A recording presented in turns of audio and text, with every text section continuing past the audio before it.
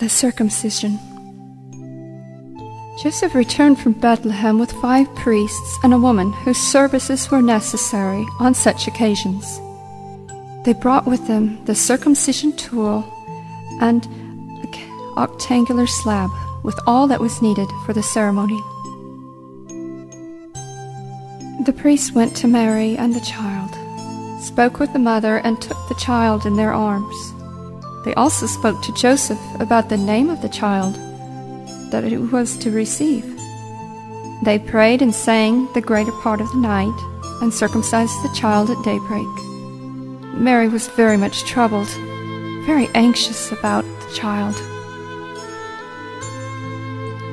If I remember rightly, the angel had already told Joseph that the child should be called Jesus, and I have a faint recollection that one of the priests did not at first approve the name. Consequently, they still continued in prayer.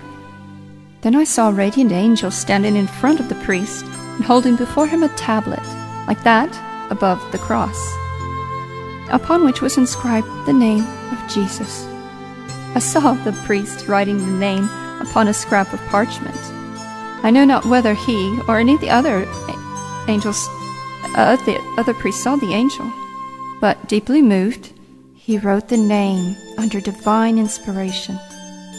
After that, Joseph received the child back and handed it to the Blessed Virgin, who, with other women, was standing back in the crib cave. Mary took the weeping child into her arms and quieted it. Some shepherds were standing at the entrance of the cave. Lamps were burning, and the dawn was breaking. There was some more praying and singing, and before the priests departed, they took a little breakfast. I saw that all present at the circumcision were good people. The priests were enlightened, and later attained salvation.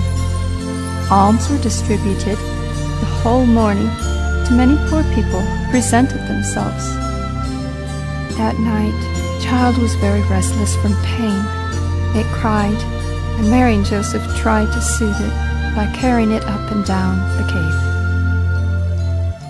Mary told Elizabeth all that had happened to her, and when Elizabeth heard of their difficulty in getting lodging on their arrival in Bethlehem, she wept heartily. Mary gave her all the details of the infant Jesus' birth. I remember hearing her say that she had been in ecstasy 10 minutes at the time of the Annunciation, that it appeared to her as if her heart had grown double in its size, and that she was filled with unspeakable happiness.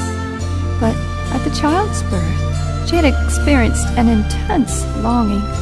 She felt, while kneeling, that she was upheld by angels, and as if her heart were broken asunder, and one half taken from her.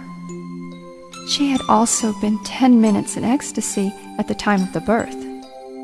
She had been conscious of an emptiness within her, a longing after something outside of herself.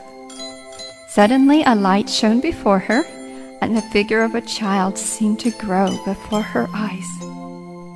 Then she saw it moving, and heard it crying, and came to herself. She raised it from the rug to her breast, and for at first seeing it, environed with glory, she had hesitated to take it up. Elizabeth said, "Thou hast not given birth in the same way as other mothers." The birth of John was sweet also, but it was not like that of thy child.